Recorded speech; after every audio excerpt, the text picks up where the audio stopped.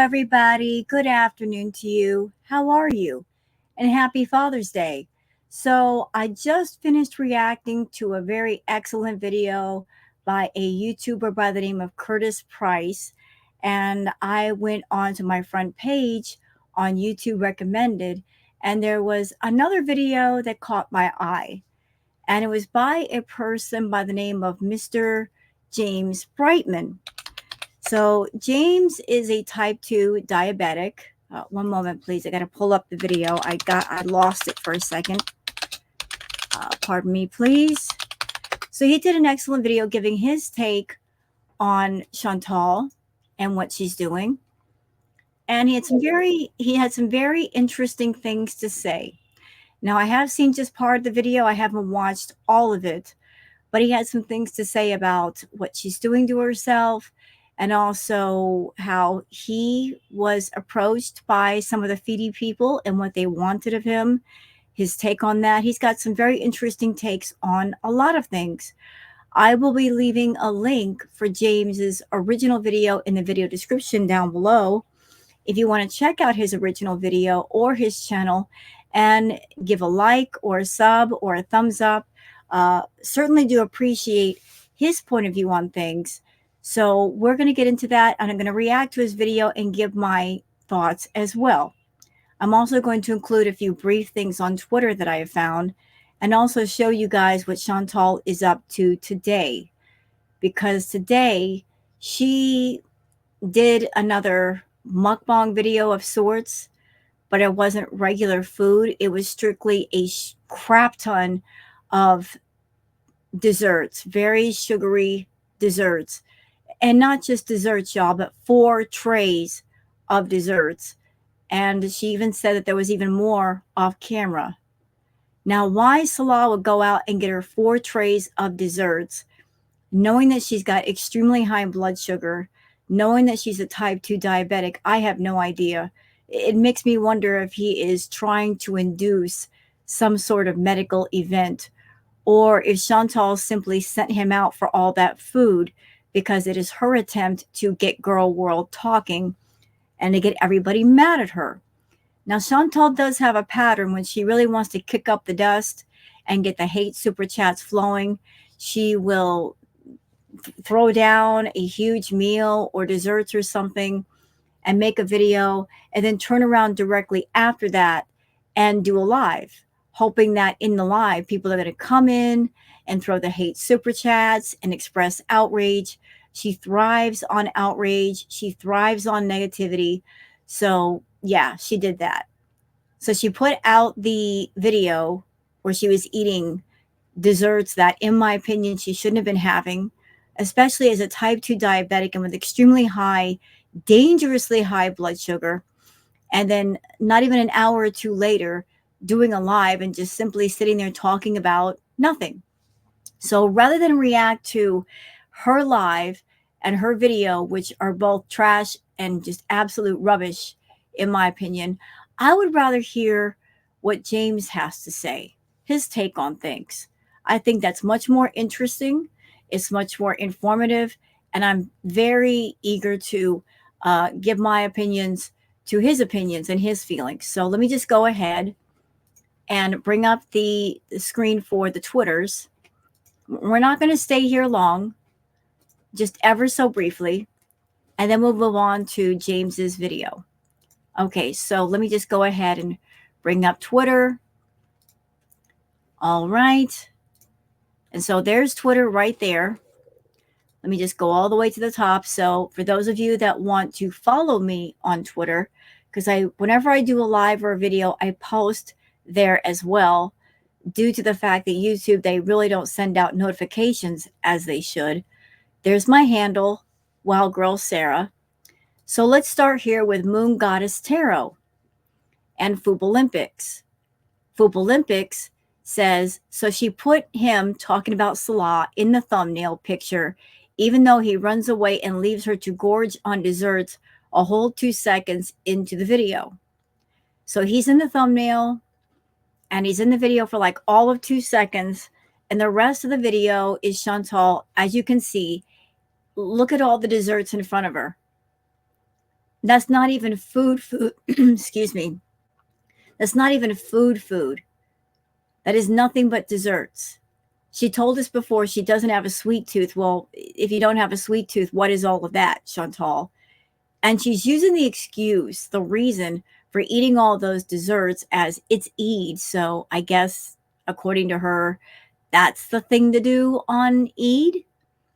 Yes, but you're also supposed to be a Muslim woman, and isn't gluttony frowned upon?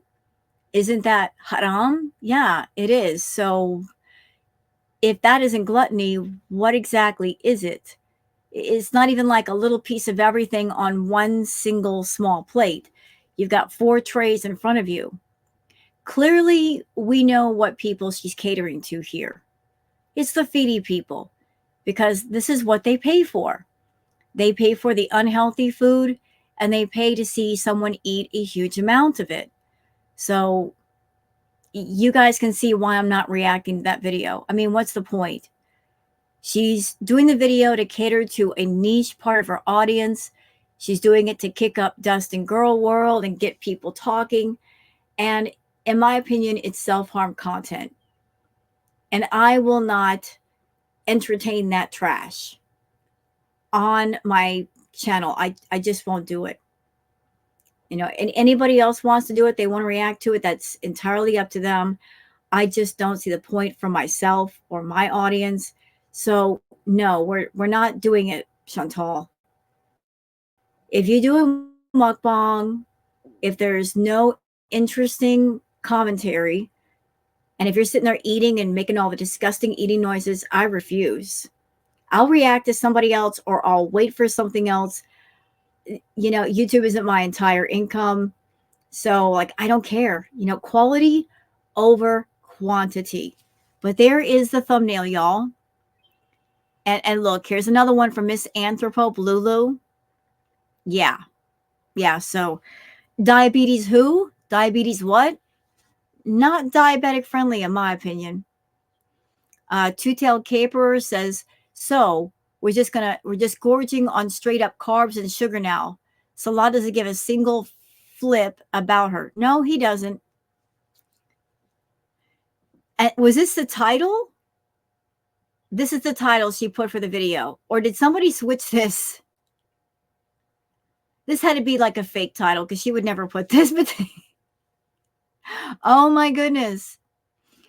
Cowboy Dog says, Kanafe is that how you pronounce it? Kanafe is my favorite Turkish dessert.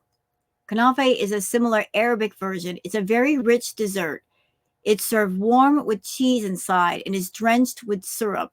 That's why my family always shares a serving. Sounds like it's very, very rich. So one single serving of the dessert, 426 calories. Now, does anybody believe that Chantal is going to buy 4 trays of sweets and let them go to waste? That she's not going to throw that food away. What is the golden rule when it comes to somebody who has food addiction? What have I always said? What have I always said? I have always said that if you have a problem with food, when you're into the bee eating, the best place for that food is outside the home. If you can reach out and touch it, it's too close. If you can reach out and touch the temptation, you can also reach out and grab the food and bring it to you and eat the temptation. So 4 trays of desserts. She's not going to share them. She's not going to give them away. They're not going into the trash. She will eat every bit of what you just saw. What's even scarier is that I think I heard she had another tray of desserts. So not just 4 trays of desserts for her. And notice she eats a little bit of everything.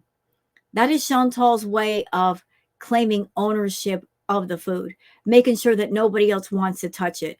A little bit of this, a little bit of this, a little bit of this, a little bit of this, just so nobody else will put their forks into it.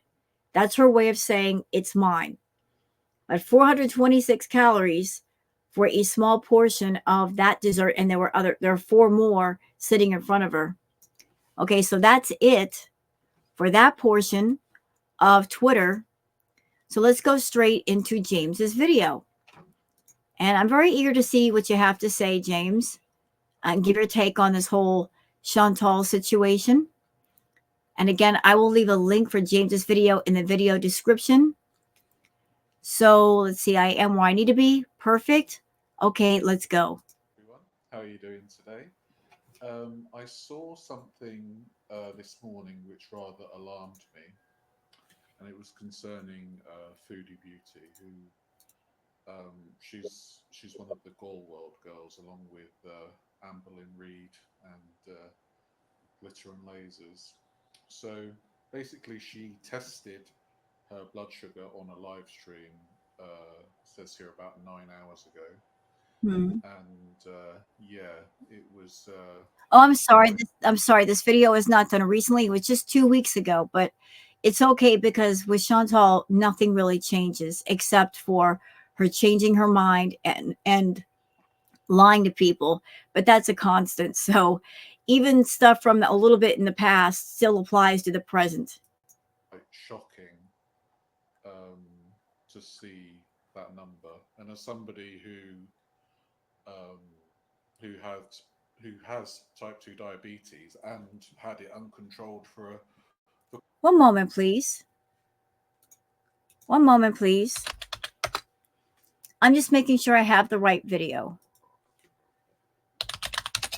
Because I think there was another one. I think that might be the wrong one.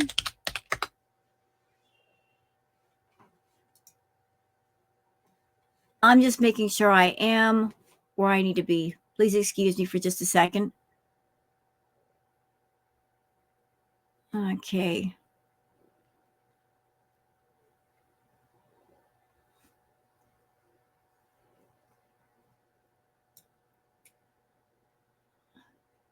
Is this the right one?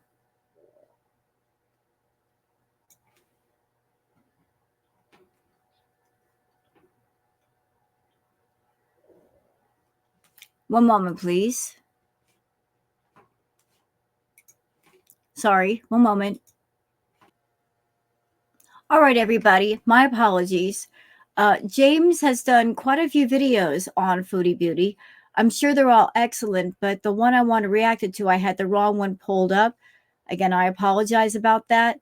But I pulled up the right one that I saw earlier, and it's this one. Type 2 diabetic reacts to Foodie Beauty's justifying eating herself into oblivion. That's the one I wanted to cover. So sorry about that. He had some very interesting things to say. So let's see what James has to say. And this video was posted 6 days ago. So 6 days ago with Foodie. All right, let's go, y'all. In her last video, she ate some food. She had virgin's blood, 2 donkey dicks, a piss-scented snowstorm, and a hedge. So watch that if you want, but I couldn't be asked, really. I found this more interesting because she's basically talking about how much she loves being an addict. So, yeah, we're going to have a listen and see what she's got to say for herself. So let's go, shall we? It's done. There was a little clickbaity thing said, "Oh my God, it's over with that person." And she was probably like thinking we were going to think, "Oh my God, she's not seeing Jimbly Joe, whatever his name is." And yeah, she failed badly. Hi guys. So this is a talking video and there's not going to be any editing because I'm lazy, which means you're gonna have to put up with the nose scratches and stuff. Sorry. So I thought I would just do a talking video. I'm not eating in this video because I'm talking a lot and because I'm full from supper still. So thank you so much. I just wanted to kind of, I guess, answer in an official video some of your questions about. So in that community tab post, she said that she wasn't going to talk about her life, and here we have a 22-minute 58-second video of her talking about her life. Yeah, well, that's Foodie, James. She never lies. She just changes her mind. And she doesn't have the good sense to just, if she's thinking about something, wait a little while and see if that's how she's really feeling. No, she's just going to put things out there in front of the audience and make a bunch of empty promises that she never keeps. or she holds on to. And then when they call her out for what looks like to be lies, then she says, "Oh, I never lied. I just changed my mind, and you guys just need to keep up." So what's that? 2 days? Why I'm choosing to do mukbangs. Yeah. And I don't want to address this during mukbangs. I just want mukbangs to be enjoying food and having fun and just lighthearted content. Yeah, her niche audience doesn't want to be involved in the emotional side of what she's going through. Well, that's because the niche people that she's catering to, the ones that she's zeroed in on, what's going on with them and Foodie, it's not emotional. There's no emotional attachment. It's about them having a fetish and wanting their fetish fulfilled and looking around for someone to fulfill their fetish so that they are satisfied. It's a very one-sided centered thing. The only reward for Chantal is she gets the money. So you have these fetish guys that are running around all over YouTube, and they're, in my opinion, taking advantage of the mukbang trend and anybody catering to it, especially on the extreme side of it. They're looking for the extreme mukbangers who are just going full hog wild with the food. And Chantal is one of those. So they're zeroed in on her because normally the kind of content that she's essentially almost offering for free on YouTube, if they were to go to other forums such as OnlyFans or Patreon, it would be behind a paywall and they'd have to pay for it. So they found her on YouTube and she's offering up for free what they like. And in my opinion, James, she's progressed past the point of just using just YouTube for her income. YouTube has now just become a portal to get in front of that niche audience. And her doing the videos is a way of saying, "Hi, I'm Foodie Beauty. This is the kind of content that I do. This is how much food I can eat. If you want the good stuff, contact me through Instagram. We can work something out. And then you can pay me on PayPal. And that way she gets quick in-hand money right away versus waiting for YouTube to pay her once a month." You know, her food habit is absolutely bananas, James.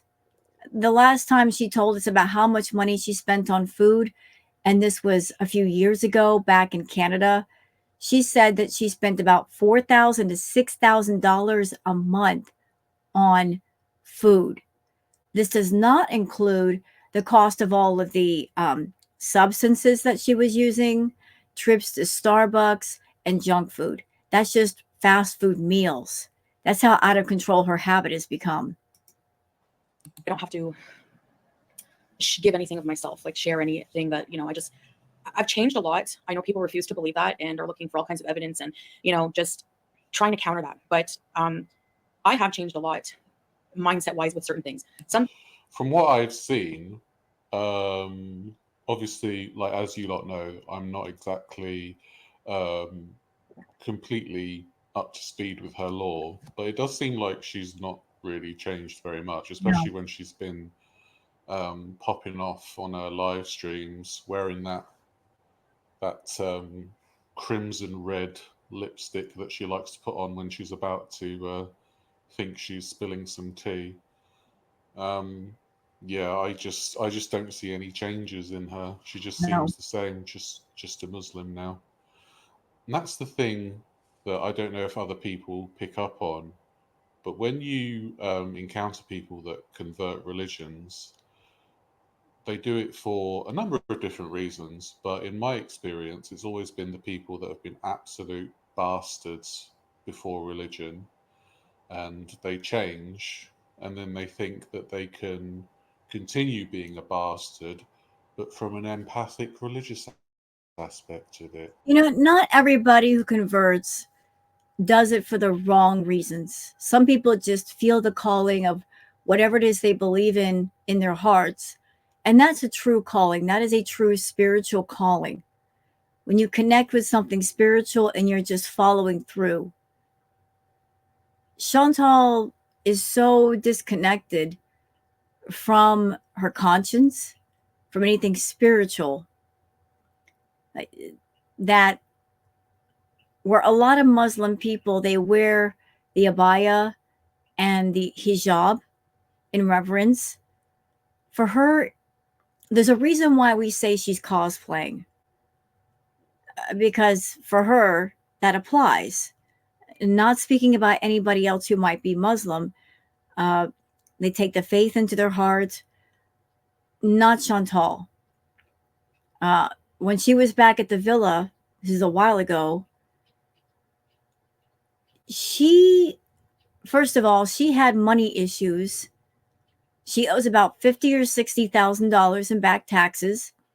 So, in my opinion and the opinions of others, she has been escaping from her financial debt back in Canada, and is in essence running away from the tax man. She was looking for an escape room to get away from the tax man because they were coming for her. Also, when she was researching Kuwait, there were certain things that really caught her attention. The fact that, according to Chantal, there are a lot of very overweight people in Kuwait. That's what she said, that there are a lot of overweight, obese people. But she forgot that obese is not the same as super, super morbidly obese. Maybe she thought that by going to Kuwait with people being obese there, that she would blend into the crowd, but she didn't. She still stuck out like a sore thumb. I was thinking about it today. Chantal has never been truly interested in losing weight.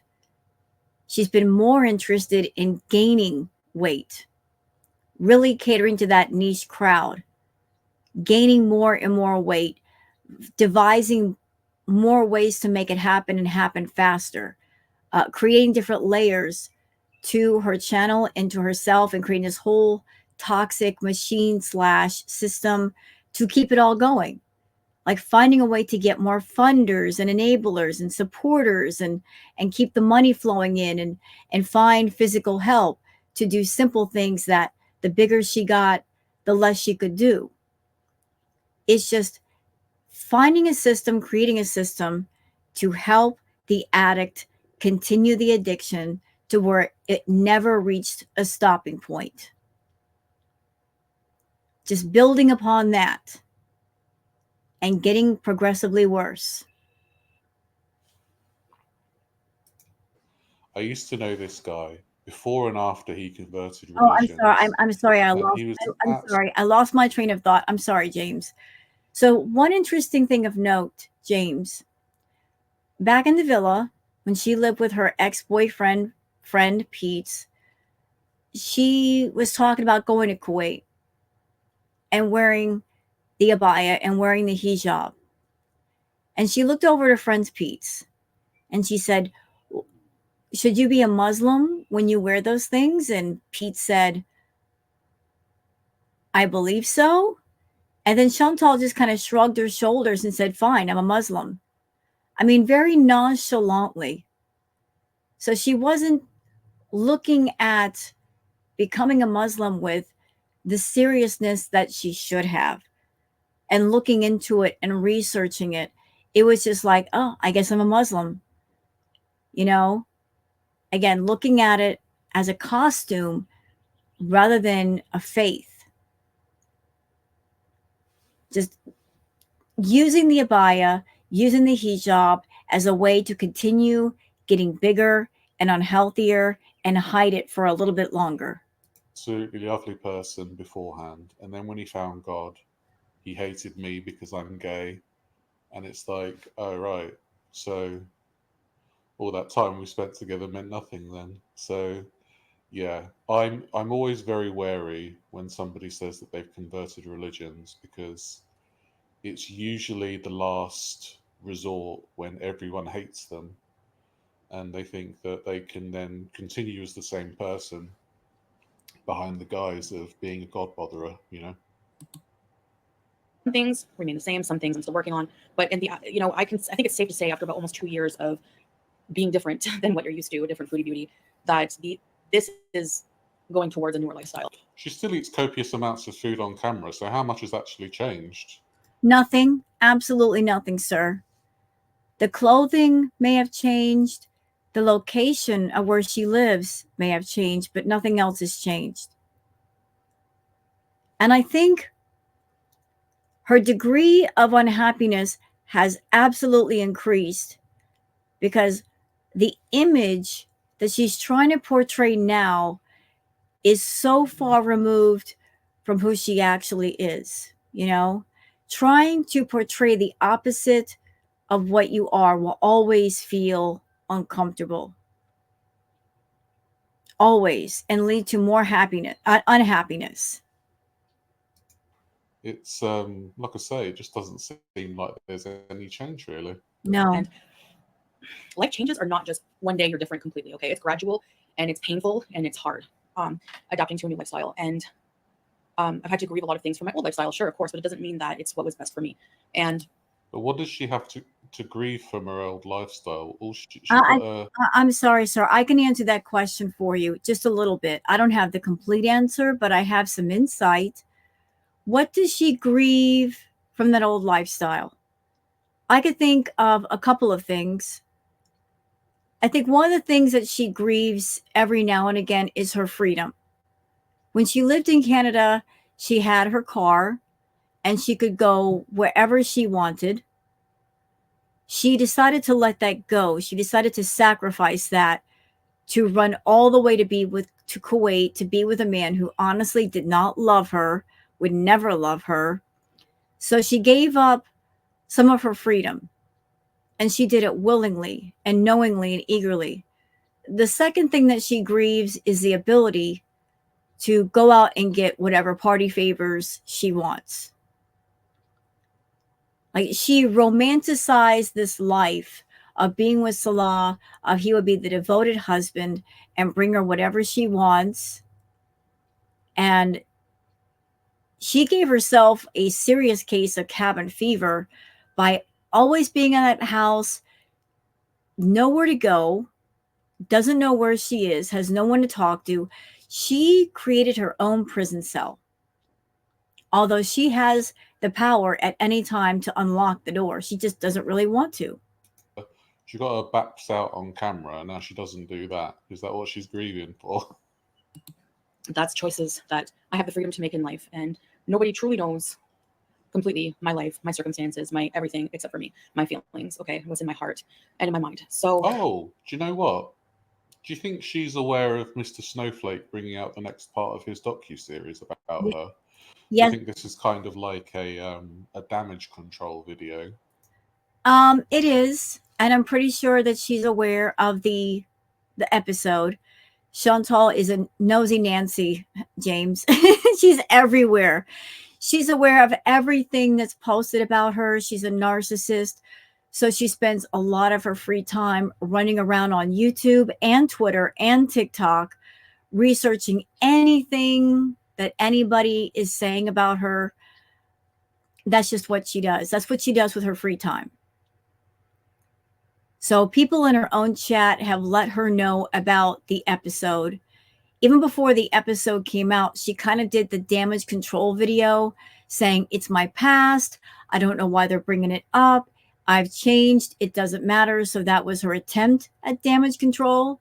Although I don't know if that was effective. It makes her angry that once upon a time, she did all the things she did. She did them willingly and knowingly and eagerly. She went the full distance with it all. And she made money acting outrageously. And she's angry. She's a control freak, you see. She's angry when she can't control the narrative. When things don't go completely her way, when she wants it to go her way. She doesn't like the fact that this is YouTube and people can talk about whatever they want. And they can have archives of past material and bring up that past material when they see fit. Like, say, when they make a documentary of her or a series like Mr. Snowflake is doing. When she wants to live that life, and then when she says so, she wants that past to go away. Although it's never going to go away. Once it hits the internet, it's forever. She doesn't like the fact that Girl World exists. And as long as we're around, a lot of us have been around for years and we know everything she's done. We were there to watch it all, see it all, listen to it all. She hates the fact that we are the record keepers. Where our boy Mr. Snowflake is going to be keeping us all up to date with her shenanigans. Yeah, that's what I think now. Yeah. And I want to protect those things from now on. So what I did say in my post about, excuse me, not wanting to share intimate details of my life, you know, that's so different for you guys. And I know in a way, and I don't know what else other term to use, but a lot of you are grieving the old Fraudy beauty. A lot of you miss that person because you keep. No, we're just wondering when you're going to switch over to the next part of your cycle, love. Going over my past and over things that affected me, and even though a lot of them don't affect me anymore, people still go over them as if it's not even affecting me, and these things happen to me. It's just weird for me that people keep going over a past to me that's not there anymore and won't. I think this was the video where she was doing the damage control before the episode 4 came out from Mr. Snowflake. Like, this was her circling the wagons around the Beezers saying, don't look over there, look over here. Don't pay attention to that. She doesn't want her audience to find out everything she did back in the day. She's trying to act like she's a completely different person now when she's not. Anybody can watch those clips from the Mr. Snowflake episode. And there's a bunch of them. They can watch all the episodes if they wish. If they look at it from an objective point of view, looking at all the different episodes, following the timeline that's been laid out, and then look at Chantal now, can anybody truly say that she's a different person now than what she was? Because a lot of the same behaviors that existed then exist now. So it's not the past when it's not the past. If you are the same person that you were 4 years ago, you're the same person now, is it truly the past? No. It means you haven't changed. It means you're still as toxic and mean and nasty and self-centered and self-absorbed and narcissistic and in a bottomless pit of misery as you ever were. Won't come back. I think people. Yeah, that's confirmed it for me. This is a damage control video. Before Mr. Snowflake brings out his video. Yeah. Definitely. I see you, Chantal. Expect in a few months that I'm going to go back to Canada, that I'm going to go back to that old way. I'm going to rip off the hijab, and it's just going to be, let's get. In a few months? No, I reckon it's going to be sooner than that. You're back in Canada. You're probably going to have to go back in like 2 weeks or something, aren't you? Yeah. The wheelchair kind of thing. Now, I've been to Canada 2 or 3 times back and forth because I've been, like I said, these changes of lifestyle, it's so drastic, and it's taken me time through this tug of war to feel like, okay, you know, do I want to go back to that lifestyle? So I thought, you know, going back to Canada, I missed certain things, but then it never happened. I never took the hijab off. I never reverted back to my old lifestyle. Totally, you know, like, but. Although she did eat a lot of food while she was in Canada. I did see that. Yep. She was. Yep. Yes, sir. She did. So Chantal has gone back to Canada like 3 or 4 times. She just said that, right? She did. She said, I've been to Canada 3 or 4 times. Every 90 days, she has to get gone and go somewhere else, whether it's back to Canada or Thailand. She has to go somewhere. That's the rule. You have to get out and stay out for a while and then reapply and come back in. So every single time she goes home to Canada, the moment that Chantal gets off the plane, she goes bananas. Absolute bananas. She goes bananas with the food, loading up on all the food. And she'll use the excuse of, well, I was in Kuwait and I didn't have access to these things. Therefore, I'm justifying going bananas right now in Canada. I've got to eat up all the food and drink up all the stuff before I leave, because once I leave, I can't have it. Therefore, because I'm going to be away from it for the next 90 days, me overindulging makes it okay. More than once, when she's come back to Canada, every time she goes bananas with the food, raising her blood sugar, she makes herself sick. She literally makes herself sick to the point where she ends up going to a clinic or a hospital for her blood sugar. So the problem, Chantal, is that you're an addict. You are a food addict, and you're not in recovery. You've not been to any kind of rehab. You have no coping skills or coping mechanisms at all to deal with the temptations. Even your little plan of going to Kuwait to stay away from some of the temptations, that didn't work either, because we've seen you high off your rocker on camera. I don't know where you're getting the party favors from, maybe Salah, but you're getting them. And even if you could get no party favors in Kuwait, the one rug of choice that you could do over there legally, you have been doing. And it's the reason why you've gained about 200 pounds. And that rug of choice is food. Your food addiction follows you wherever you go. It doesn't matter if it's Thailand or Canada or Cuba or Kuwait. Wherever you go, there you are, and there it is. You've never gotten it under control. I don't think you want to control it. I think you embrace your addiction. To you, it's like an old friend that you love to give a hug to, and you like to feel it hug you back. It is my opinion also that part of your addiction is you are addicted to stretching out your stomach and keeping it full at all times, even to the point of being overfull.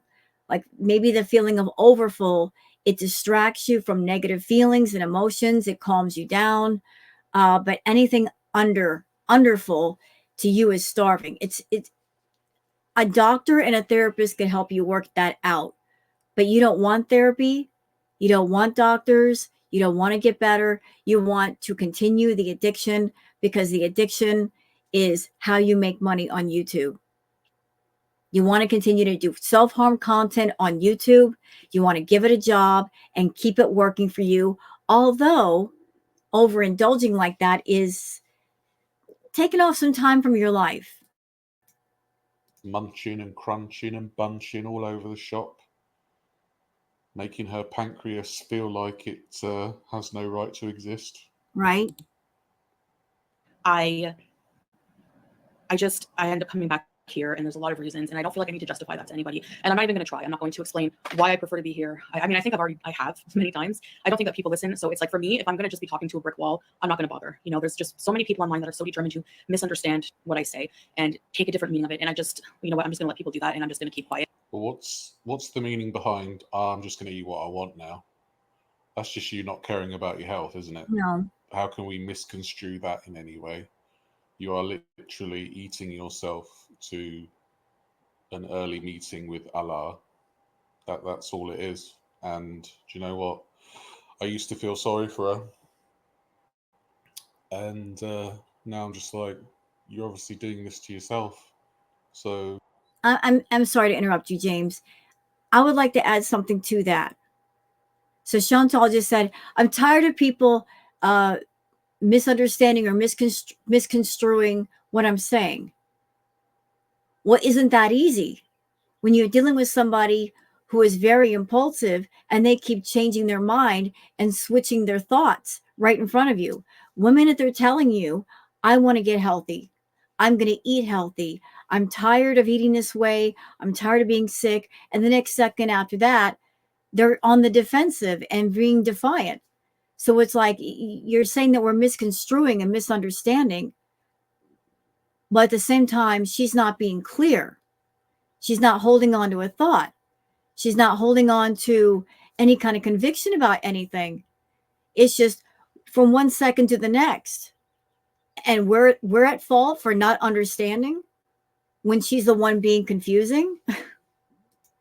Why the fuck should I care? Why the And fuck should any of her why? fans care? Because she's still got a few of those left. And I've had experience with feeders. When I was a very big guy, Hmm. I used to get messages from people that would want to watch me eat. There was one guy who there was one guy who said that he wanted to go to work, leave me in his house, and he wanted to come back from work to see the cupboards bare and me sat on the kitchen floor full of food. Oh my God. And I was like, huh? Yeah, you're getting a fucking block, mate. I may be fat, but I ain't that fat. Jesus Christ. So see, like, we've talked about the feety fetish here on my channel. It's been discussed on other channels. So the feety fetish isn't just about men being interested or paying women to be the feety. Sometimes it goes the other way. Sometimes it's the men that are being approached and other people wanting them to participate in that fetish. It's not just limited to one gender nor the other. Here's another example, and this is somebody you guys are familiar with, S-Jam. Yeah, S-Jam, he was doing some fetish content. He had a channel or something called Gut Boy, where he was catering to that fetish. He was catering to the bloated belly type part of the fetish. That's what he was doing it for. And I heard that he was making money with it, and then stuff happened. But it's not just women that get approached for the feety fetish. It's sometimes the men get approached too. Believe it or not, I actually had somebody approach me and want me to gain weight. And I'm like, no, no, thank you, sir. Not interested. So, Yeah, the feeder community is absolutely bizarre. mm, I dipped my toes in it because I was a very lonely guy, and I thought that people didn't love me for my personality. oh, People loved me for how big I was, and that was the case because there were people out there that were like, "Oh no, you're too small for me," and I was like over 400 at this point, and there was a little bit of me that's like, "Oh, I better start ordering the KFC bargain buckets," and it's a very seedy community, mm, and I left it as quick as I could, and yeah, it's just horrible, and I don't think that Foodie's happy that she has to placate that niche market because when she eats those mukbangs, she doesn't look like she's enjoying herself. I believe she said on the live that she didn't enjoy having that Wendy's, or she thought it was just okay. I mean, it looked absolutely vile. It was like it was about as grey as my beard, right? well, I think there are a few reasons why she didn't enjoy that Wendy's mukbang, James. I think that was Foodie copying another mukbanger on YouTube, someone by the name of Candy Hungry Fat Chick, because Hungry Fat Chick did a Wendy's mukbang. And lo and behold, hours later, here's Chantal also doing a Wendy's mukbang. Also, I've seen much evidence that Chantal, she's a very one level person when it comes to her food. She'll pick one item of food and then she'll eat it for weeks before she picks something else, but she'll hyperfixate on one item and then switch to something else much, much later. But some of the things she's eaten on camera, I feel, really weren't picked by her. They were picked by other people who were feeders. I there's She has talked about the feeders on her channel. Like she had one particular person that paid for a bunch of lakmas. She called that person the lakma fairy. There was also somebody else who had a particular quirk with his feety fetish. He didn't like the sound of metal forks and metal spoons hitting the plate. So he got Chantal a wooden spoon and a wooden fork, and she ate with that for a while. And this was back before she got with Pete's. I think it was either when she got with Pete's or before, but there was that. She also had different feedies who would buy her clothes and send her clothes. She often bought clothes with the feedies in mind. I did notice during a lot of her clothes hauls, it was really strange. She would show the clothes off, but the sizes were not consistent. Like she would buy a lot of the items 2 sizes too small, and then there'd be one dress or one outfit that fit correctly, and she would wear it until she wore it to death. But I feel the other outfits, the too small outfits, those were for the gainers and the feedy people to use for fetish content off camera. So there was a lot of things going on. In the past, Chantal did enjoy doing the mukbangs, but I think part of the thrill of doing the mukbang was she got to choose what she ate. But now that she's in Kuwait, some of the thrill is gone from that. Like somebody else is picking out her food. Also, I think that it's like any other thing, James. If you choose something to get high, you might get high the first time. You might get high the second or third time, but after that, the high kind of goes away. So you have to do more and more and more to get the same rush. And then after a while, you can't get the rush off of it at all. So Chantal is always chasing the tail of the dragon, like getting high off of something like food and then wearing it completely out, and then switching over to something else, wearing it out, and then just going back and forth, back and forth, back and forth, looking for something to give her that burst of euphoria, that burst of joy, that burst of happiness before it fades out, and then she's got to switch to something else. So yeah, the feederism is not a nice part of humanity. No. And I, for one, am glad to be away from it. Good on you, and sir. know what my life is like. Like, you know what I mean? So there's things I grieve obviously about my old life, but again, it doesn't mean that it's what's best for me. And I'm still working on issues. Sure, I have a lot to work on, but that's not going to matter geographically for me. Like wherever I go, there I am. That's true. And it's just, I'm not going to be that person anymore. It's over. It's over with that person. It's done. But what exactly are we talking about here? Because from what I've gathered, your previous life was absolute chaos. Why are you grieving for a life that was absolute chaos? I don't really understand that. If you've converted religion and you're in a new country, you should be thriving. Yes. Really. But yeah, that's the part that's when she was in Canada, she was going absolutely feral, James. She's a feral creature, she was. Her life was rubbish, but it was rubbish that she created and she enjoyed. Then she found Salah, moved to Kuwait. She spun this big story about things are going to be different now.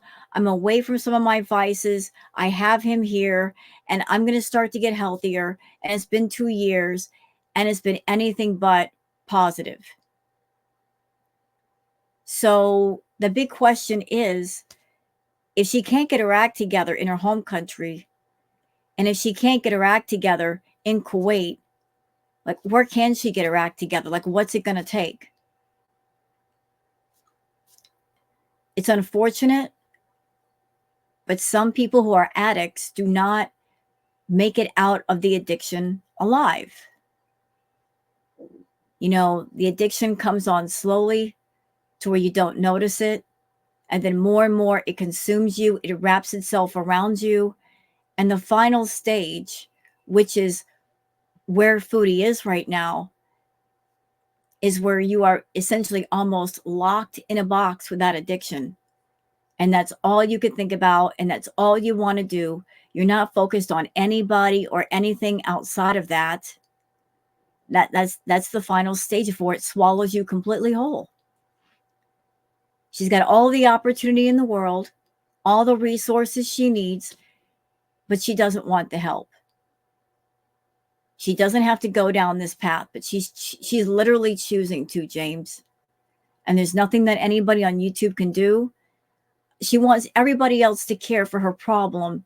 At the same time, she doesn't care. She has come on camera in the past and said, I will eat until I die. Nothing's going to stop her from food. She said that with her whole chest. She said that outright. So what else is there to say after that? But if you're grieving an old life that was absolutely bonkers, then you yourself maybe are bonkers. Well, maybe she grieves the old life because she was completely herself in her old life, rather than being in Kuwait and living a life where she's pretending to be something she's not. Maybe that's what she's talking about. And I'm not going to be going back to that. So I know a lot of people think this newer version of me is boring. It's not what you're used to. My audience was mostly people who were, there to watch me be completely silly, totally TMI, things that I would never want to talk about openly now, and things I would never in a million years do. And in a way, I'm grieving. I'm having trouble like accepting that I've exposed so much of myself in a way. I'm trying to just realize that that's the past and it's done. And yeah, things like,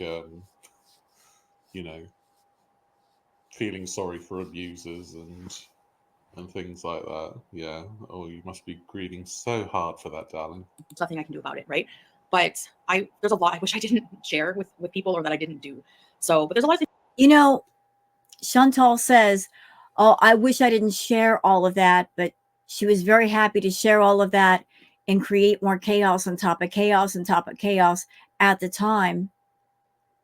And even after she got out of Canada, I haven't really seen a sense of true embarrassment or shame or regret or remorse for anything she's done. I have not seen that switch, that true, honest, sincere switch of, oh my God, what was I thinking? What was I doing? Like that realization that you've gone too far and you've done too much and you were completely horrible. I have yet to see that from her. I think the only regret that she has, the only remorse that she has inside, is the fact that she did it. She did it in front of a camera. She chose to put that stuff on film, and now everybody knows about it and can bring it up and can react to it on YouTube. And because of that, it's never going to go away. The fact that she did it, it got recorded by her, and then it got reacted to by all of us, and she just can't simply sweep it under a rug and get rid of it. Things I don't regret either. So anyway, all this backstory to basically just say that, I meant what I said in my post. I know I'm not the queen of consistency, and you guys expect me to change my mind and still expect me to go back and live in Canada and be different. But after a year and a half or more, almost 2 years, I think it's safe to say that a lot of chapters from that era are just done. It's over with. It's gone. I don't have the want to go back to a lot of that. A lot of things, I'm glad. Who are you looking at over there? Who's over there? She keeps looking over there. Yeah, I know. She keeps looking. When you are feeling something, when you have conviction in you, when you've got something to say and you're being serious about it, you're going to look into that person's eyes or look into the camera, and that camera becomes the person that you would normally be talking to in front of you. You're going to look in that camera and not look away. The fact is, Chantal, when she talks and she's trying to sound serious and her eyes are over here, over there, she's looking everywhere but the camera. It's like she's not believing what she's saying. She's not serious about it. Oh, I'm not going back to Canada. Like I totally regret that old, you know what I mean? If you believe it in your heart, you'll be able to look into a person's eyes and say it. But if you're lying to yourself and you know you're lying, there's no conviction in you, you're going to have trouble looking to a person's eyes and speaking the truth when you know it's not the truth. Yeah, I wonder. A body psychologist would probably say a lot more than me, as they're better qualified. But I'm sure looking over there has some importance. Are done, and I want to evolve in life, and I want to see where things are going to go. I want to stick to my goals. I want to travel so bad. Okay, you want to travel so bad. but you're eating copious amounts of food all the time.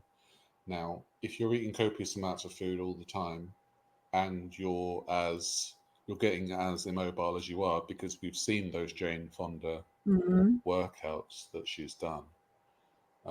She can barely lunge, she can barely stretch.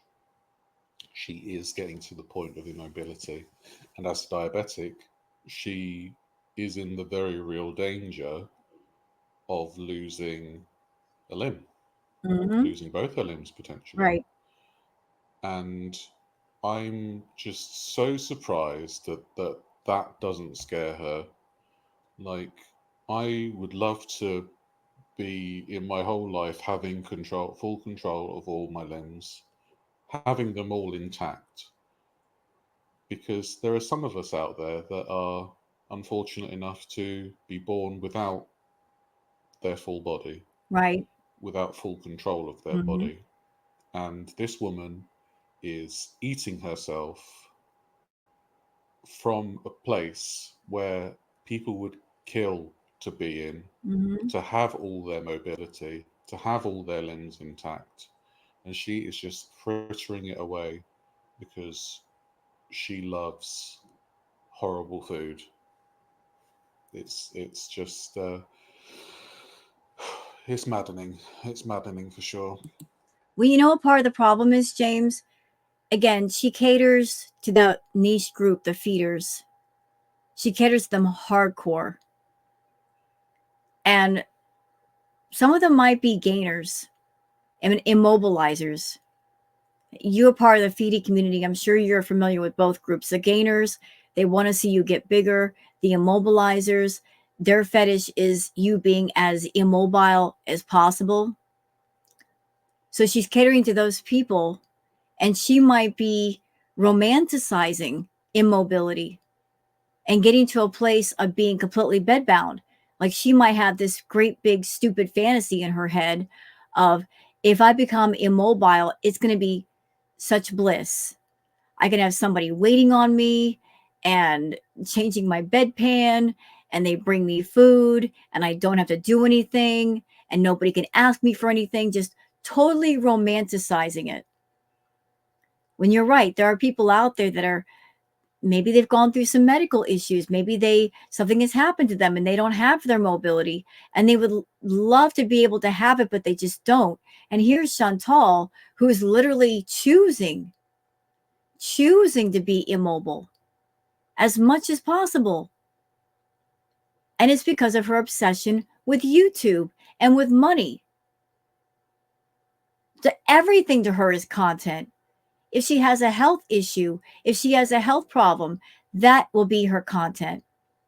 What's really scary to think about, James, is this woman, Foodie Beauty, if something happened, and if, say, she lost a finger or she lost a limb to diabetes, rather than it be a wake-up call like it would be for other people, I feel Chantal would simply look at it as a good thing and say to herself, oh, I can make content out of this, and I can go to the audience for sympathy, and they'll give it to me, and I'll make more money not having an arm or a finger or a leg. And it'll also have the side bonus of nobody can ask me to do anything. Like, she'll try to find the crazy positives in the whole situation rather than wake up and go, I've gone too far and I've done too much and I need to stop. Because that her brain is wired strangely, let me tell you. It's a yearning inside me that you don't understand. I think it's because, coming here and being here, living in a different culture, I want to experience a lot of cultures. I want to experience all that life has to offer. So, but... Oh, yeah, I forgot Wendy's is that famous Kuwaiti cultural restaurant. Yeah, I forgot about that. I'm also, so basically for the mukbangs, I guess it kind of reminds me of a time when my channel was more simple. Like, I had fun doing mukbangs in a lot of ways. I had fun telling you guys stories and stuff too. But even with an eating disorder, as a human being, we have to eat food. And yes, that is true. That's probably the first bit of truth that she said all this video. If you have an eating disorder, it is very difficult because we do have to eat, and the main thing you have to do is exert a lot of willpower and get a lot of help True. when it comes to handling eating disorders, Yes. whether that be binge eating, whether that be bulimia, anorexia, or anything Right, like that. right. Um, it's hard to go through that stuff alone. Mhm. And when you have those kind of eating disorders, it's when everything else in your life is beyond control. Mhm. So when I was in the right in the core of my binge eating, I was unemployed. I was living with somebody that was mentally abusive. Oh my. I was I'm sorry you went through that, sir. just, yeah, I was absolutely in the doldrums. And eating copious amounts of food was because I could control the portions, I could control what was going into my mouth, Mhm. and it made me feel good, no matter how temporarily, because that's what all addictions give you. They give you a temporary high, and High or comfort, or they provide an escape. that's, yeah, that's kind of, I guess, what Foodie's going through, because she's stuck in a flat in Kuwait. You know, she's not getting many views on her channel. You know what? You said earlier in this video, James, that you were not aware of the foodie beauty lore. You weren't aware of it all. So I understand why you feel that way and why you have that perspective. May I please offer up some further perspective as somebody that I've been around a little bit longer with Chantal and I know a bit more. So Chantal's issue with food, it started way, way, way before YouTube. This goes all the way back to her childhood / teenage years. This is way before YouTube. Like she had a food problem and she had food aggression back in her teenage years and it never got corrected. Uh, her family took her to a treatment center and she didn't stay. So help was offered. It's just that Chantal's a resistant person. She's a very defiant person. So this problem has been ongoing. And the problem cannot be blamed or linked to anything going on in YouTube. Can't be linked to Girl World. This has been something that's been building up and getting worse since her childhood. And Chantal's known about this problem. It's just that she never put it in check. And when she wandered onto YouTube, she found the perfect forum to make money and have other people give her money to expand on the addiction and just let it go completely out of control.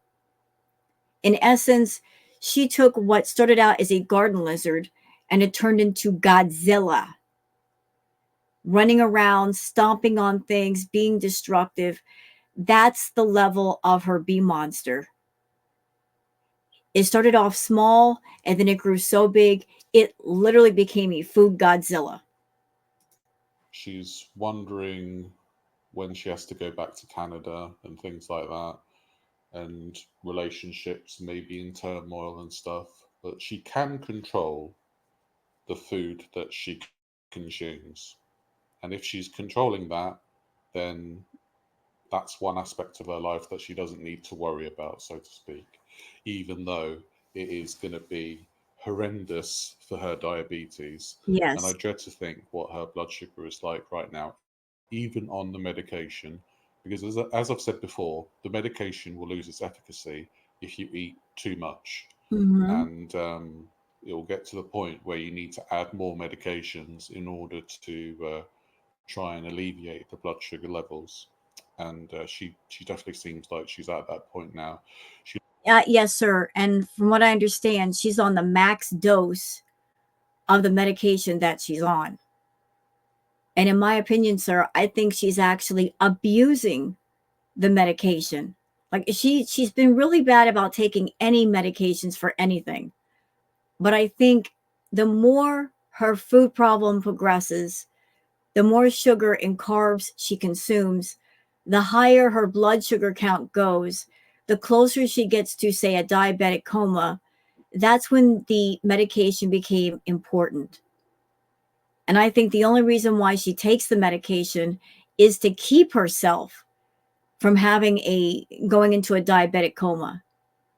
In other words, she wants to continue to have B moments and get away with it. So she knows if she takes the medication will help just enough to where maybe she doesn't go into a diabetic coma. One thing that she's not thinking about and she's not considering is that Chantal is really bad about eating food late at night. And she's a carb addict. She loves her carbs. She loves her sugar. Just because you go to sleep doesn't mean your blood sugar is not going to continue to spike while you're sleeping. She could have a medical event while she's sleeping. So she eats a bunch of food. She'll load up on the food, load up on the carbs, and then go to bed.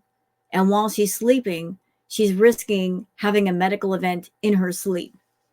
But I don't know. Maybe she's under the assumption that once she goes to sleep, all is well. No, not all is well. Things are still happening in your body when you close your eyes. She looks very swollen here. Yes. I've also said about angioedema in previous videos, which is like water retention in the face. Mm-hmm. She looks very puffy. So yeah, she's hurting physically and most likely mentally as well. But unfortunately, this is all her own doing. And Yes. now that I know what kind of person she is, I don't feel sorry for her. No. And I struggle with that because I try to see the best in people. And yeah, it's been difficult to wrestle with my conscience a little bit. But yeah, I don't feel sorry for her now. It's simple as that. I find whenever I go on diets, whenever I restrict food groups, whenever, I start to have negative feelings about food, and it causes guilt, and it just perpetuates the binge eating cycle. And with the mukbangs lately, I feel like I get to... That's the signal that you need mental help. Yes. Because there are diets out there where you don't need to restrict yourself. I'm on a calorie deficit diet. So all you need to do is just watch the amount of calories that you consume in a day. I know that sounds easier said than done when you've got an eating disorder. And I've been there, and it is very difficult to control yourself at first. But with help and with determination, you can get there. I just don't think she wants to help herself. And there may be an aspect of it as well where she is defiant to the rest of us when all she's doing is hurting herself. We're just watching the show. Kind of have more of a routine. I wake up, I take my meds, I have the healthy drink, I eat whatever the heck I want for my mukbang, I eat whatever I want. And that... Oh, this healthy drink thing is doing my nut because it's not going to help. Even if it was some kind of like elixir to alleviate everything, well, it can only help so much. Mm-hmm. Sorry. Yeah, and notice what you just said.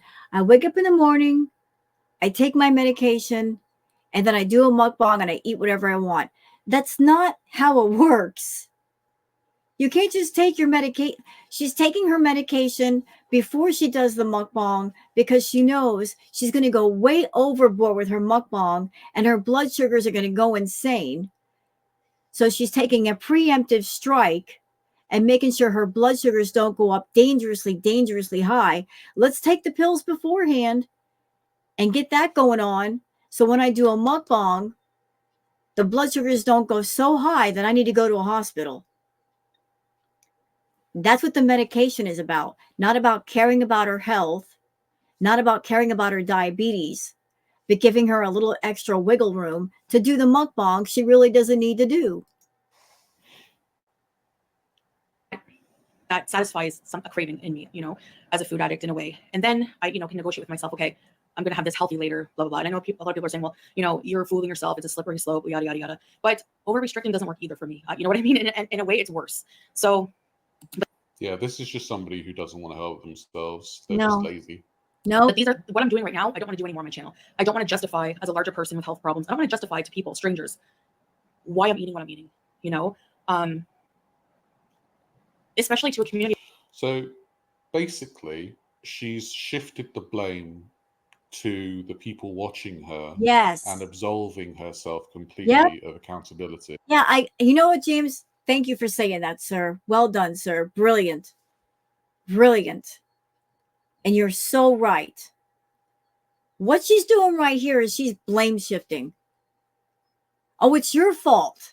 All of you out there in the audience, it's your fault that I'm eating this way. You caused this to happen. You get on my case for all these foods, even though Chantal's the one who got on camera telling us all about her health problems, every single one. We know about things that as an audience, we really shouldn't know, that we didn't ask to know. We've known about her having STDs and infections of her private parts. We know all that stuff. We didn't ask for it. We didn't go to her with questions about that stuff. She let us know because she needed content.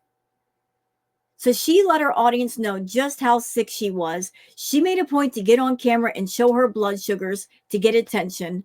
And then she's going to turn around and do a video like this where the tone is, I don't want to hear about this and that, even though she put it into play. But the tone is, I'm shifting the blame on you, when it's really, it's all her. It is all her. You can't blame your addiction on another person and say it's their fault when it's your problem. And it's up to you to deal with it or not deal with it. That's what I'm reading from that. She's basically saying, I can eat what I want, but if you have a problem with that, that's your fault. And we're just like, huh? What? How is it our fault that you're eating yourself to death? You silly cow. We have people who are also overweight, obese, and don't ever show themselves, but have a lot to say about what I'm eating. Hi. I'm showing myself now, and I'm big. I've lost over 160 pounds because I managed to control my binge eating disorder. So what do you have to say? You know what, sir? James, I congratulate you for getting on the other side of BED. I've dealt with food addiction myself, sir. I know how hard that is. That is the absolute worst. To be addicted to something you can't stop consuming. It's like that. That's what I struggled with for 6 years.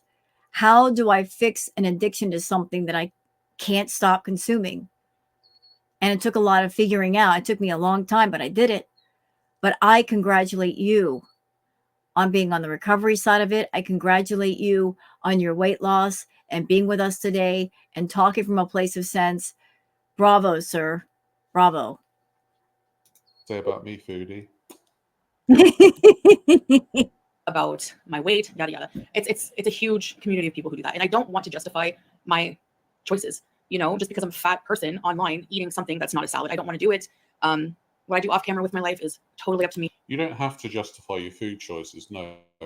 But how about you justify the portions of those food choices? Because take the Wendy's, for example, right? If she just had the nuggets and the fries, that would actually not be too bad. No. If she just had the burger and the fries, that would not be too bad. But she conglomerated the Wendy's menu and just snuffed it all down. Well, that's because, James, I'm telling you, she's doing the content that you were approached to doing by someone. She's doing it on YouTube in full view of the public, where this stuff should be on a more private form because that's how normally people do it. She's doing content on YouTube that she has no business doing because it's not family friendly. And she's disguising it as mukbangs. And the feeders, they want to see huge portions of food spread out in front of her. They want to see her eat at light speed, to see her put away an entire pizza or a bunch of Wendy's in 10 minutes flat, acting as if she were at a food eating competition. That's what they're paying for. And notice also, sir, the other things that point in the direction of the feeties paying her for that. Like the orgasm faces, the own noises, the moaning, the groaning, the sauce dribbling down her chin, the messiness. All of that is very feety friendly. She's so catering to them. She doesn't eat off a regular plate. She eats off a serving platter and eats using a serving spoon. I mean, it's so clear who she's doing her content for and why. Fucking buckaroo at Christmas.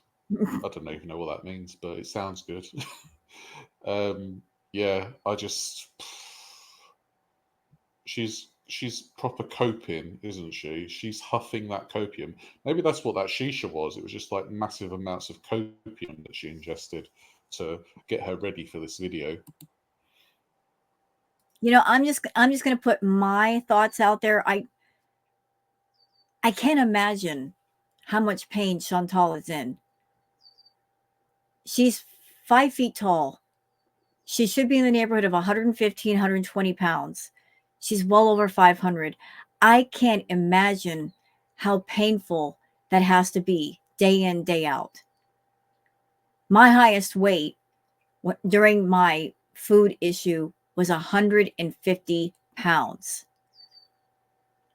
I'm about 130 right now. Trust me, that extra 20 pounds makes all the difference in the world. Not just on how you see yourself physically, but just how you feel. It felt so uncomfortable to me. It hurt. I hated it. I can only imagine the pain and discomfort that hundreds and hundreds of pounds hanging on you. It hurts your back. It hurts your legs. It hurts your joints. It interferes in your breathing. You know she's in a massive amount of pain. I don't know if she's taking any medication for the pain or where it's coming from, if it's a street variety or something else, but she's in massive amounts of pain that she lives in every day. And again, all by her own design. So it makes you wonder, in order to do these mukbangs, does she have to get herself to a medicated state first in order to do them because her body is struggling so much? It's my choices.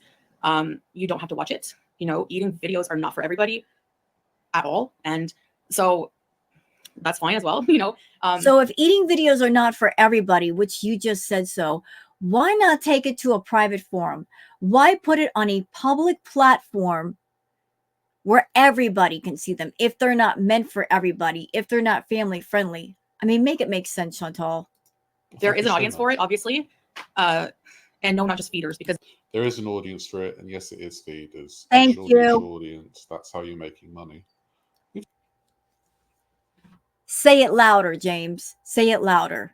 That's for the people in the front, the back, and the middle. Even he's saying it. That's feedy content. That's who she's catering to. Even he's saying it. And just because he's saying it, Chantal, does that mean he's a hater? Or is he somebody that's speaking from a place of sense and sensibility? He's had experience in that world. He's been approached by people in that world. So he knows what he's talking about. And just because he knows what he's talking about, does that make him a hater? With him just calmly giving his opinion. Somebody giving their opinion does not make them full of hate. Although that's what you try to use as a shield when you do the things that you do. We've seen the comments in her videos. They don't have to be sexual, because she's going to say that there are no sexual comments, but, you know, gorging grandpa 69 saying, "Oh, you look lovely when you're eating that food." Doesn't have to be sexual. Right. He's off rubbing one out when you're TMI. Or down to like 0.5 speed. The dirty old git. do you know how many mukbang channels there are? And if you go through those people's comments, there's not one sexual comment about feederism or whatever dumb people are saying about it, just because it's a big. It doesn't have to be sexual. No. It can be like, "Oh, you look gorgeous when you put that thing in your mouth."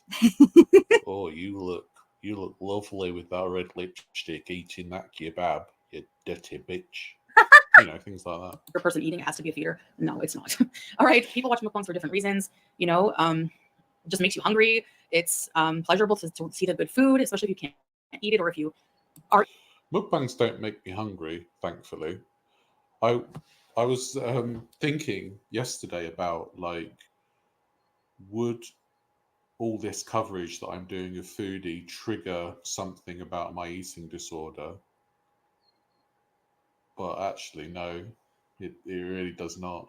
It's if anything, it's made me realize that I'm so thankful to not be that person who would eat so much anymore. You know, I'm happy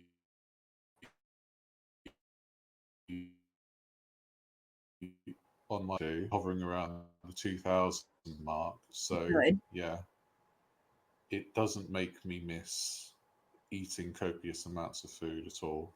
And I used to eat copious amounts of food, like 12-inch pizza, potato wedges, chicken strips, full roast dinner, tons of crisps, and that'd be all in one day. I would probably have gotten to like Wow. 8 to 9,000 calories in one day sometimes. Whoa.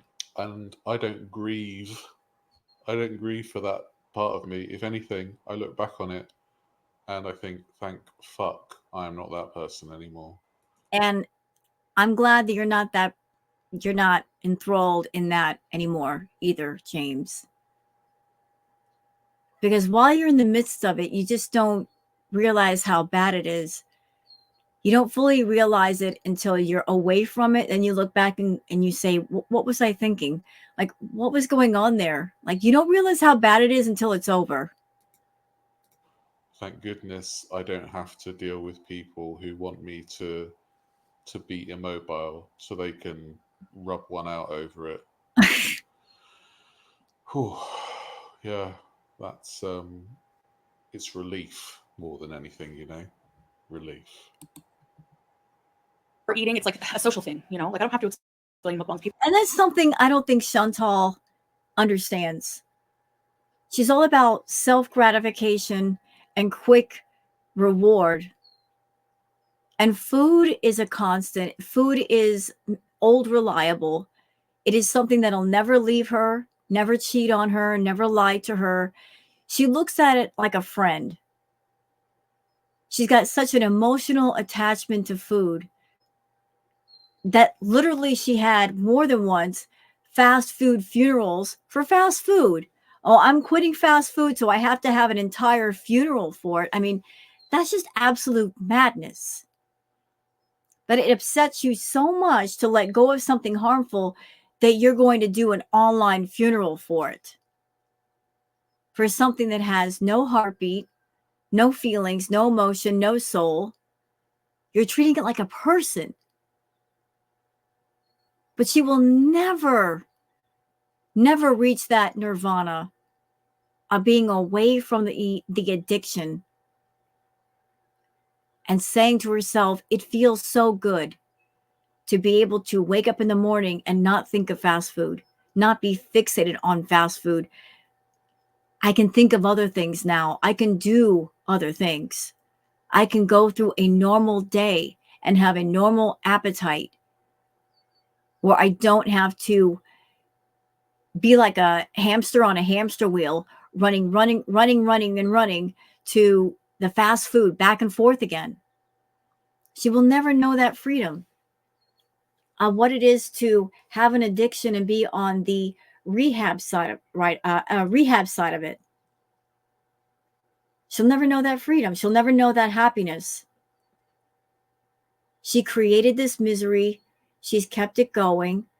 She found a way to make it profitable. She put herself in a corner of her own making, James. And to date, sir, I have yet to see any sign of her wanting to truly stop. I have not seen any true, honest resistance to the temptation. It's always running as fast as she can towards any and all of them. She's got many different addictions, and she's not fixed a single doggone one of them. She's always looking for ways to fund them all and indulge them all. She's very hedonistic that way. People know what they are. I've talked about this many times, but that's why I'm doing them, because for me, it's content that's fun. There's no drama. I think drama is worse for my health than a cheeseburger at this point. Honestly, you underestimate how. Nah, sorry. Drama doesn't raise your blood sugar as much as a cheeseburger would, love. Thank you. It's the cheeseburger that's going to put you in A&E, not the stress at this point. Right. How much that can affect your health. People really don't realize that, and I don't want to have a dark energy online with that kind of drama and hatred. Too late. Too late. Foodie is full of dark energy. Has been for years. It's just getting worse. I don't want to be filled with that dark energy. Too late. Chantal, you have built your whole life around being full of dark energy and doing negative things to people and hurting people, manipulating people, lying to people, being a predator, conning people out of their money. You're full of dark. You're not a good soul. And you know what, James? You said something earlier about you try to see the good in people. And that is a wonderful trait to have. But I understood a while ago that some people are just not good. They're rotten. They'll always be rotten. And it's up to them to fix their rotten. But maybe at the moment you meet them, come to know them, they're just rotten. And especially the how rotten Chantal is, how putrid. That's the kind of rotten that if she wants to change it, fix it, it's going to take years of dedication and therapy and really committing to being a good person to even fix even a sliver of that. Some people are just born bad.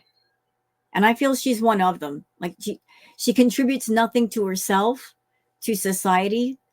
She doesn't want to do good in her heart nor her soul. She is so far removed from what should be natural kindness and love that she has no concept of either one. She puts on a mask of kindness and love. She does not know truly what those things are, what they feel like, what they should be like. So she puts on the mask of love and kindness, using it as a mask of deception to approach people, get things out of people. And then later on, she takes off that mask and you find out just how awful she really is. And I mean, if anything, her raging's probably burning more calories, isn't it? So yeah, exactly. Actually, just keep on raging, love. You might actually get a sweat on. You know what? The thing is, Chantal says, I don't like to rage in the reaction channels. They like for me to rage. She loves to rage, James. Are you kidding me? This woman is so full of self-loathing and self-hate. She hates herself so much. She's so full of jealousy and insecurity. Insecure egomaniac she is. She feels the most alive when she rages. That's when she's really got the blood pumping and roar, you know? That's when she feels alive, is when she's mad. Because without the anger, without the madness, what is there? There is a woman who eats and is numbed out to the world. So either numbed out or raging. Numbed out or raging. The raging part is when she feels alive. No other time. disliking and just like total negative vibes. Like I just don't want it in my life. Okay. So mukbangs, I built my channel on mukbangs at first anyways. And I always ate to some degree on camera. And, I enjoy doing them. So that's that. And something of note. So Chantal has said more than once during the course of time that she's had her channel that she likes doing the mukbangs because her words, it's lazy content. It's easy content.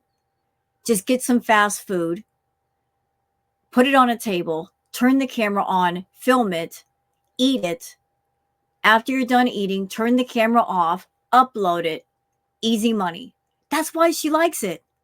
It's so simple. It's so effortless. There's no production. That's why she likes doing mukbangs. She gets to be a food addict and get her fix on camera and have everybody watch. That's part of the thrill. When somebody asked her, why don't you eat off camera? She said, it just didn't feel the same. It didn't hit the same. So she gets kind of a kick of doing something she's not supposed to do, being a bad girl, the taboo aspect of it, being the bad girl. She would not get that same feeling if she ate off camera where nobody could see. There's got to be that, ooh, I'm being so bad and it's going to make so many people mad aspect to it. That's why I want to do it. It's a type of... And that's the end of that chapter. I'm a fat cow. I'll eat what I want. It's your fault that I eat so much. Thank you so much. Okay, well, thanks for shifting the blame onto us, but we all don't care. So No. Content that, excuse me, doesn't involve me sharing my life, because I don't want to do that anymore. I want complete privacy. At first, when I was doing mukbangs in the past, I loved being an open book. I love sharing everything. And now my feelings have changed about that. So where was I? Oh yeah, mukbangs. So that's why I do them. That's what I want to do. I want to do food content. Of course, when I travel, I'm going to do travel vlogs, like regarding the food. And I don't know if she's going to travel. Mm-mm. I think you saw the video when she went to that tower in Kuwait. Mm-hmm. She looked like she was absolutely struggling to get around. So, yeah, I don't know how much of the world we're going to see through the eyes of Fraudy. You know what? It doesn't matter where she goes in the world. She does the same thing in every single place. Cuba, Kuwait, Thailand. What did she do in all three locations? And they were all just vastly different. She would go to those locations. She found a room, and she stayed in her room. Or in Cuba, if she wasn't in her room, she was downstairs, sitting right next to the buffet, eating. You know, she doesn't go out. She doesn't try to talk to people or do different activities and get her mind off of food. It's always find a place to go, get a room, get some food, and sit there and talk and eat. So what is the point in traveling if you're going to do that? The point in traveling is to go to new places and experience things you wouldn't normally experience. That's why you take the trouble to travel, to get that plane ticket, to pack your clothes into a suitcase and travel hundreds, if not thousands of miles. You want to have a different experience than what you'd normally have being back home. But Fraudy wants the same experience of what she does back home, just in a different place, which makes no sense. Why do it? Why travel? It's not going to be very much. I mean, all I've seen is this background and right? Her having a coffee in a building. That's all I've seen of her in Kuwait. Mm-hmm. Great stuff. I've learned so much about culture through these blue curtains. the different countries. And on our couples channel, we're going to do travel vlogs. And what else? You know, go out sometimes around. And you know what, James? She's missed 100K channel, got the silver play button plaque from YouTube, and she doesn't even have a green screen. Boo! You know, the production quality is crap. Shame on you, Chantal. Here, show you different food places and stuff like that. And in between that, just mukbangs at home. Like, you know. Didn't she do like a Burger King once? A Burger King video? That famous Kuwaiti restaurant chain, Burger King. Okay, now she is coping hard. No, that's basically just what I want to do right now. I don't want to come on here and explain why I'm eating a cheeseburger. I don't want to come on here and explain my weight loss or gain or whatever the heck, and be like, I gained half a kilo this week, guys. No, I don't want it, and I don't want to, you know, also go balls to the wall and super strict on a diet and no, I don't want to do it. No, I don't want to do it. That's basically her whole ethos, isn't it? She doesn't have to restrict heavily at her size. She could easily, like, if she had 3 meals a day that were fairly large and were like 800 calories each, yes, she would most likely still lose weight. Absolutely, sir. I mean, at Chantal's current weight, I believe she's over 500 pounds, sir. Easily 500. I say 550. But let's just say she's 500 pounds. You know, let's round it out. She's 500 pounds. To maintain 500 pounds, she has to be eating like 5, 6, 7,000 calories a day just to maintain that. If she simply cut down her calories to half that, so let's just say it's 5,000 calories that she would have to eat. If she cut it down to 2,500 calories a day, just by doing that, she would start to drop weight like nobody's business. She's gaining weight because she's eating easily 7 to 10,000 calories a day. That's why she's putting on weight so rapidly. And that's why every single day we see her on camera, she looks bigger because she is getting bigger. If it takes 3,500 calories to make 1 pound of fat, and if Chantal is eating, let's just say, let's round it out, like 7,000 calories a day, she's getting between 1 to 2 pounds a day. Times that by 30 days, that's 30 pounds at least a month. Within 3 months, she could be up 100 pounds. And she's already at 500 plus. So how much more can she gain before she's absolutely positively bedbound? She says she's 151 kg, but I'm not sure any of us believe that. No. So she could easily have some still lose. I'm 100% sure of that. Well, just the other day, James, she ate an entire pizza by herself on camera with enough ranch that just the ranch dressing by itself put on each slice was well over 1,000 calories just with the dressing. Then an entire Little Caesars pizza, and then the next day she pulled out another pizza box out of the trash. So 2 Little Caesars pizzas eaten in one sitting, one on camera, one off, with a bunch of ranch dressing, which liquid calories do count. That was easily a 3,000 or 4,000 calorie meal, and that's one meal, one. But she thinks that being on a diet means you have to eliminate food groups. You have to eat like a rabbit. You don't. No. You can easily lose weight by just giving up things gradually or having them in moderation. And yeah, the weight would fall off her, and then she would be able to travel as much as she wanted, and we'd be able to see some fabulous destinations because she doesn't have restricted mobility. And just, I don't enjoy doing that content whatsoever. I don't enjoy it. So yeah, judge me all you want for that, but for me, there's just no way. There's just no way. It's strange how she's seeing her health as content. Now, Hungry Fat Chick was in a similar realm where she wanted to lose weight and she stopped doing the massive mukbangs. But unfortunately, being on a diet didn't pay her bills. Well, yeah, that's when Hungry Fat Chick decided to turn things around for a while. I was very happy to see that because Candy, Hungry Fat Chick, she seems like a lovely person. Maybe a bit sad, maybe a bit lonely. But I was so happy to see that her finally putting her foot down and putting her health first. And I reacted to her and I thought it was great. But then she went back to doing the mukbangs and I felt very sad about that. I'm like, doggone it. It makes me sad that she's gone back to the unhealthy mukbangs. But Foodie has supposedly got somebody who loves her, right? So they Yeah, like you see how he's expressing his love, James. He brings her this fast food. He encourages her to eat this fast food.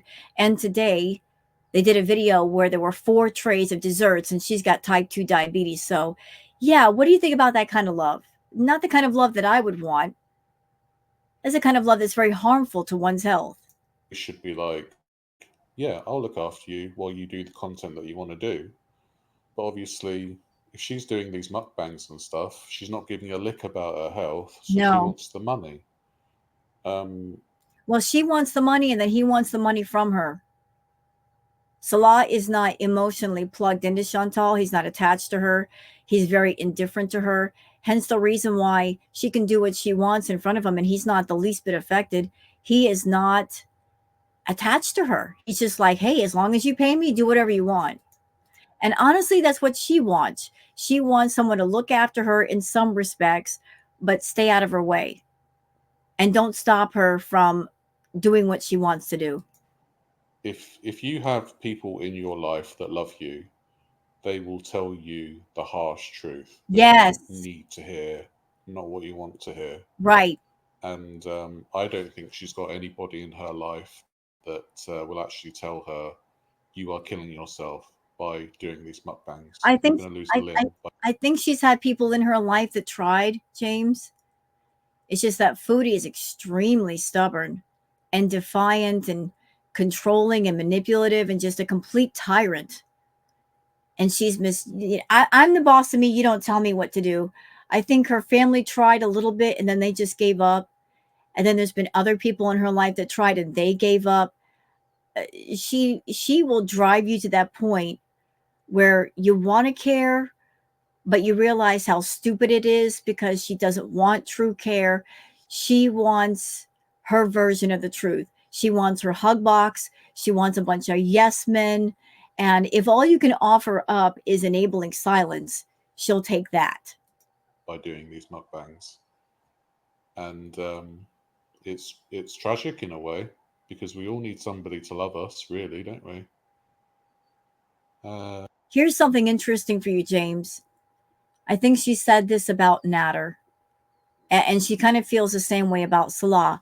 She said, and I quote, all he has to do is fake love me, and I will give him the world. That's a direct quote from Chantal. All he has to do is fake love me, and I'll give him the world. She was basically saying out loud, I will accept love that isn't real as long as the guy is with me. I'll give him anything he wants as long as he pretends to love me. She's not interested in real love because real love will hold you accountable. And real love will tell you the truth. And real love will protest when you're hurting yourself. She doesn't want that kind of love because real love would mean she would have to face the truth and she would have to change. But fake love is enabling, and that's the kind she's always wanted. So she got it. Yeah, but again, she's doing it to herself. We need to remember this. So, and she's shifting the blame onto us, the audience. So, don't feel too sorry for her. I don't. Yeah, I don't enjoy it. It depresses me even more. It makes me feel like losing weight and getting healthy is like a punishment. It feels like a punishment when I do that. Why is it a punishment to do that? Sorry for the quick pauses, but she's spouting a load of BS. It's how is being healthy a punishment? Okay, like here's the thought that just crossed my mind hearing her say that, James. If she has feeder guys in her back pocket or ones that are interested in her, talking to her, paying her for content, they may be punishing her in the way of her not getting as much money from them when she starts to get healthy. Like if she were to lose a few pounds or start eating healthier, they may slack off from paying her for content or giving her money. In essence, they're punishing her. So they make her feel bad for doing what she needs to do for her health. Like you're living in a small flat, unable to go because it's too hot. That is a punishment to me. Not being able to leave your flat apart from like once every month. Make it make sense, man. So, yeah. I mean, look at it this way. I want to just go back to learn how to be like a normal person. Like, look at someone like Salah. They don't have. You were never normal, Foodie, but go ahead. To count calories. They don't have to worry about, they just listen to their normal hunger cues, I guess. I don't know. You have an eating disorder. You don't have normal hunger cues. You are Right. not a normal person in that Right. sense. You need outside help in order to control those cravings. So you Yes. cannot compare yourself to a normal person. Exactly that. He's so right. Because when you're in the midst of food problems like that, your normal eating cues and normal hunger cues, they get warped for a while. And you need help to fix them. You need help with the mental help, the emotional help, maybe even the physical health. But for a while, when you're in the thick of it, when you're in the weeds, all those normal cues get skewed and they're abnormal. Absolutely agree with that. So it's just an absolute sheer amount of delusion on her part for this. It's crazy.